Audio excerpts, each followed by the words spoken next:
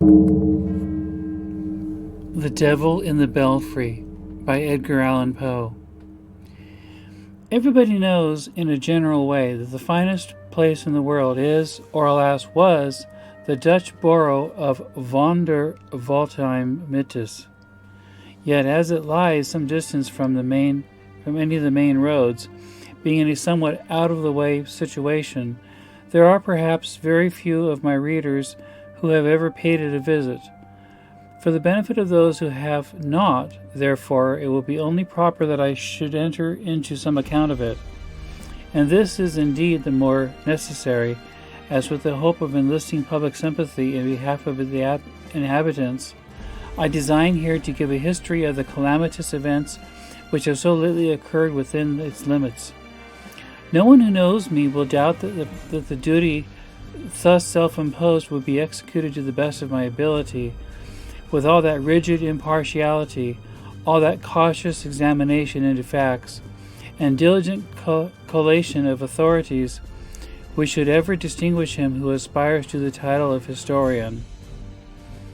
By the united aid of medals, manuscripts, and inscriptions, I am enabled to say positively that the borough of Von Voltheim Mittis has existed from its origin in precisely the same condition which it at present preserves. Of the date of this origin, however, I grieve that I can only speak with that species of indefinite definiteness which mathematicians are at times forced to put up with in certain algebraic formulae. The date, I may thus say, in regards to the remoteness of its antiquity, cannot be less than any assignable quantity whatsoever. Touching the derivation of the name Von Voltheim Mittis, I confess myself with sorrow equally at fault. Among a multitude of opinions upon this delicate point, some acute, some learned, some sufficiently the reverse, I am able to select nothing which ought to be considered satisfactory. Perhaps the idea of Grogsvig, nearly coincident with that of Krautaplenty, is to be cautiously preferred. It runs Von Voltheim Mittis, Von Lege Donder, Voltheim Mittis, quasi und Blitzes ob Sol pro Blitzen.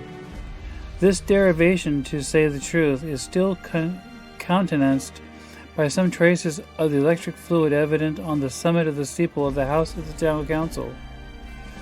I do not choose, however, to commit myself on a theme of such importance, and must refer the reader desirous of information to the Orationcule de Rebus Praeter Veteris of Dundergutz.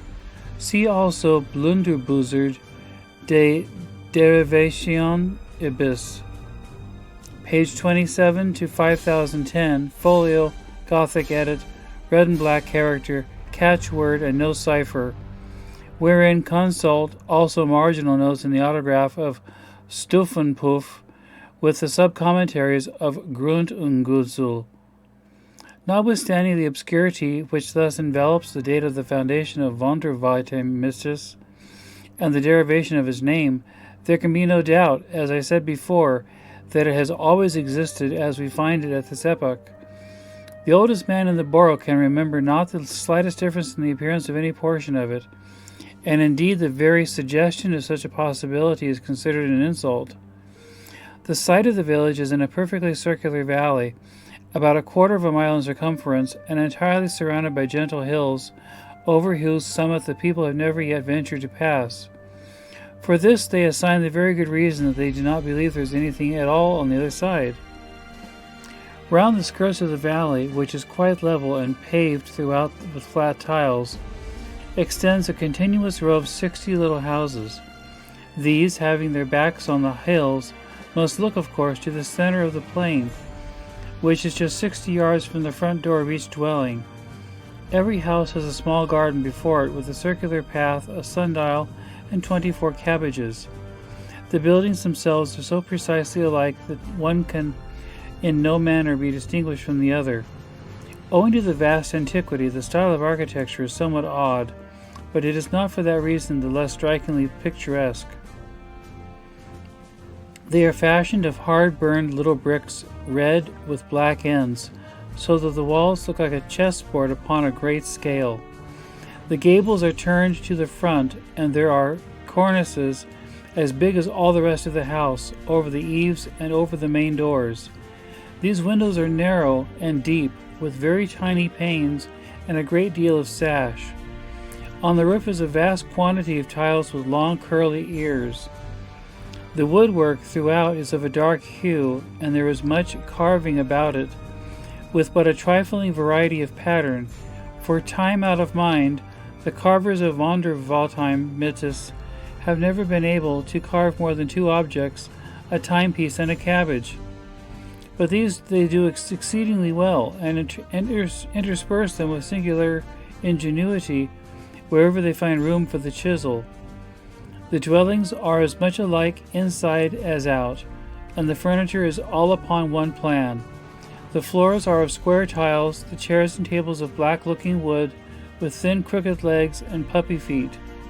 The mantelpieces are wide and high, and have not only timepieces and cabbages sculptured over the front, but a real timepiece which makes a prodigious ticking on the top in the middle, with a flower pot containing a cabbage standing on each extremity by way of outrider. Between each cabbage and the timepiece again is a little Chinaman having a large stomach with a great round hole in it, through which is seen the dial plate of a watch. The fireplaces are large and deep, with fierce crooked-looking fire dogs. There is constantly a rousing fire, and a huge pot over it, full of sauerkraut and pork, to which the good woman of the house is always busy in attending. She is a little fat old lady with blue eyes and a red face, and wears a huge cap like a sugar loaf, ornamented with purple and yellow ribbons. Her dress is of orange-colored linsey-woolsey, made full, very full behind and very short in the waist, and indeed very short in other respects, not reaching below the middle of her leg. This is somewhat thick, and so are her ankles, but she has a fine pair of green stockings to cover them. Her shoes of pink leather are fastened each with a bunch of yellow ribbons puckered up in the shape of a cabbage. In her left hand she has a little heavy Dutch watch. In her right she wields a ladle for the sauerkraut and pork. By her side there stands a fat tabby cat with a gilt toy repeater tied to its tail, which the boys have there fastened by way of a quiz. The boys themselves are, all three of them, in the garden attending the pig. They are each 2 feet in height. They have 3-cornered cocked hats, purple waistcoats reaching down to their thighs, buckskin knee breeches, red woolen socks, heavy shoes with big silver buckles, and long surtout coats with large buttons of mother of pearl.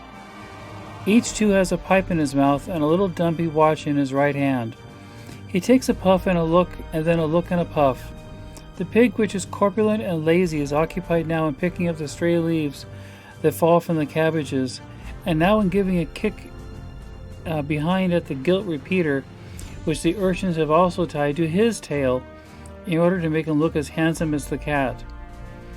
Right at the front door, in a high-backed, leather-bottomed armed chair, with crooked legs and puppy feet like the tables, is seated the old man of the house himself. He is an exceedingly puffy little old gentleman, with big circular eyes and a huge double chin. His dress resembles that of the boys, and I need say nothing further about it. All the difference is that his pipe is somewhat bigger than theirs, and he can make a greater smoke. Like them, he has a watch, but he carries his watch in his pocket. To say the truth, he has something of more importance than a watch to attend to, and what that is, I shall presently explain. He sits with his right leg upon his left knee, wears a grave countenance, and always keeps one of his eyes, at least, resolutely bent upon a certain remarkable object in the center of the plain. The object is situated in the steeple of the house of the town council. The town council are all very little, round, oily, intelligent men with his big saucer eyes and fat double chins, and have their coats much longer and their shoe buckles much bigger than the ordinary inhabitants of Vonderwaldheim Mythos. Since my sojourn in the borough, they have had several special meetings and have adopted these 3 important resolutions. Number 1, that it is wrong to alter the good old course of things. Number 2, that there is nothing tolerable out of Wunder Volltime Mittes. And number 3, that we will stick by our clocks and our cabbages. Above the session room of the council is the steeple, and in the steeple is the belfry, where has existed time out of mind, the pride and wonder of the village, the great clock of the borough of Wunder Volltime Mittes. And this is the object to which the eyes of the old gentleman are turned, who sits in the leather-bottomed armchair. The great clock has 7 faces, one in each of the 7 sides of the steeple, so that it can be readily seen from all quarters. Its faces are large and white, and its hands heavy and black. There is a belfry man whose sole duty is to attend to it, but this duty is the most perfect of sinecures, for the clock of Wunder Volltime Mittes was never yet known to have anything the matter with it. Until lately the bare supposition of such a thing was considered heretical. From the remotest period of antiquity to which the archives have reference, the hours have been regularly struck by the big bell, and indeed the case was just the same with all the other clocks and watches in the borough. Never was such a place for keeping the true time. When the large clapper thought proper to say 12 o'clock, all his obedient followers opened their throats simultaneously and responded like a very echo. In short, the good burghers were fond of their sauerkraut, but then they were proud of their clocks. All people who hold sinecure offices are held in more or less respect, and as the belfry man of Wunder Volltime Mittes has the most perfect of sinecures, he is the most perfectly respected of any man in the world. He is the chief dignitary of the borough, and the very pigs look up to him with a sentiment of reverence. His coat tail is very far longer, his pipe, his shoe buckles, his eyes, and his stomach very far bigger than those of any other old gentleman in the village, and as to his chin, it is not only double, but triple. I have thus painted the happy estate of Wunder Volltime Mittes. Alas, that so fair a picture should ever experience a reverse. There has long been a saying among the wisest inhabitants that, quote, no good can come from over the hills, unquote, and it really seemed that the words had in them something of the spirit of prophecy. It wanted 5 minutes of noon on the day before yesterday, where there appeared a very odd-looking object on the summit of the ridge to the eastward. Such an occurrence, of course, attracted universal attention, and every little old gentleman who sat in a leather-bottomed armchair turned one of his eyes with a stare of dismay, upon the phenomenon, still keeping the other upon the clock in the steeple. By the time that it was wanted only 3 minutes to noon, the droll object in question was perceived to be a very diminutive, foreign-looking man. He descended the hills at a great rate, so that everybody had soon a good look at him. He was really the most finicky little personage that had ever been seen in Wunder Volltime Mittes. His countenance was of a dark snuff color, and he had a long hooked nose, pea eyes, a wide mouth, and an excellent set of teeth, which latter he seemed anxious of displaying as he was grinning from ear to ear. What with mustachios and whiskers, there was none of the rest of his face to be seen. His head was uncovered and his hair neatly done up in a papillotes,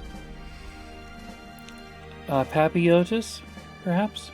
His dress was a tight-fitting swallow-tail black coat, from one of whose pockets dangled a vast length of white handkerchief.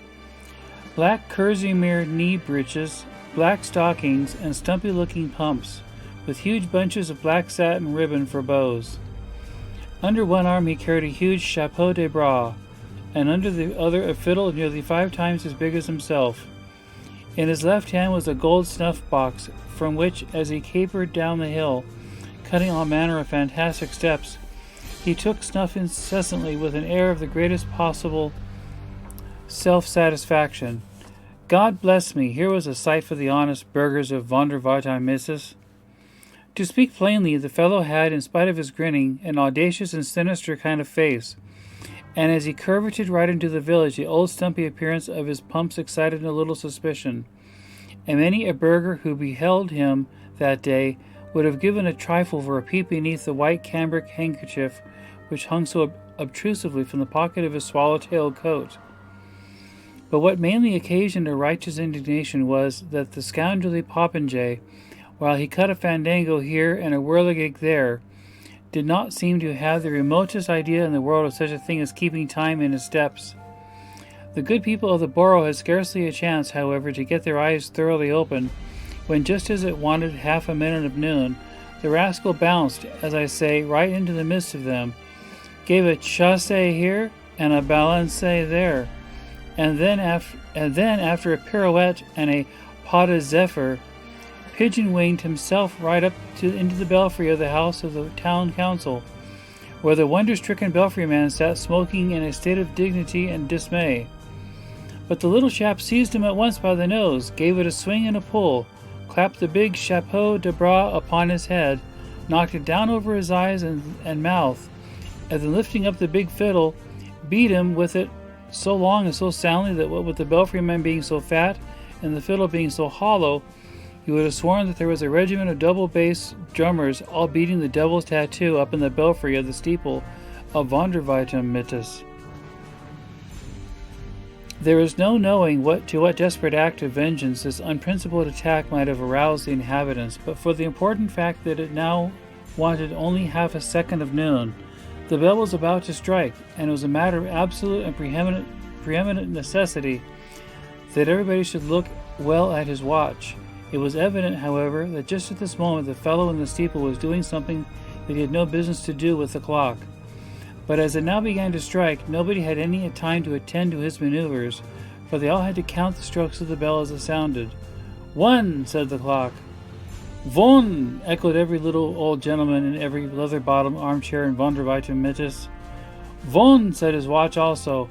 Von, said the watch of his vrouw. And Von, said the watches of the boys, and the little gilt repeaters on the tails of the cat and pig. 2, continued the big bell, and do, repeated all the repeaters. 3, 4, 5, 6, 7, 8, 9, 10, said the bell. 3, 4, 5, 6, 7, 8, 9, 10, announced the others. 11, said the big one. 11, assented the little ones. 12, said the bell. 12, they replied, perfectly satisfied and dropping their voices. Und 12 it is, said all the little old gentlemen, putting up their watches, but the big bell had not done with them yet. 13, he said. Der Teufel, gasped the little old gentlemen, turning pale, dropping their pipes and putting down all their right legs from over their left knees. Der Teufel, groaned they. 13, mein Gott, it is 13 o'clock. Why attempt to describe the terrible scene which ensued? All Vonderweitenmittis flew at once into a lamentable state of uproar. What is come to mein Pelly? Roared all the boys. I've been hungry for this hour.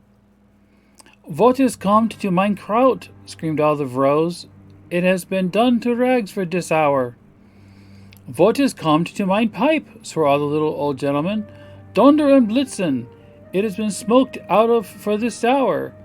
And they filled them up again in a great rage, and sinking back in their armchairs, puffed away so fast and so fiercely that the whole valley was immediately filled with impenetrable smoke. Meanwhile, the cabbages all turned very red in the face, and it seemed as if old Nick himself had taken possession of everything in the shape of the timepiece. The clocks carved upon the furniture took to dancing as if bewitched, while those upon the mantelpieces could scarcely contain themselves for fury, and kept such a continual striking of 13, and such a frisking and wriggling of their pendulums, as was really horrible to see. But worse than all, neither the cats nor the pigs could put up any longer with the behavior of the little repeaters tied to their tails, and resented it by scampering all over the place, scratching and poking and squealing and screeching and caterwauling and squalling, and flying into the faces and running around under the petticoats of the people, and creating altogether the most abominable din and confusion which it is possible for a reasonable person to conceive. And to make matters still more distressing, the rascally little scapegrace in the steeple was evidently exerting himself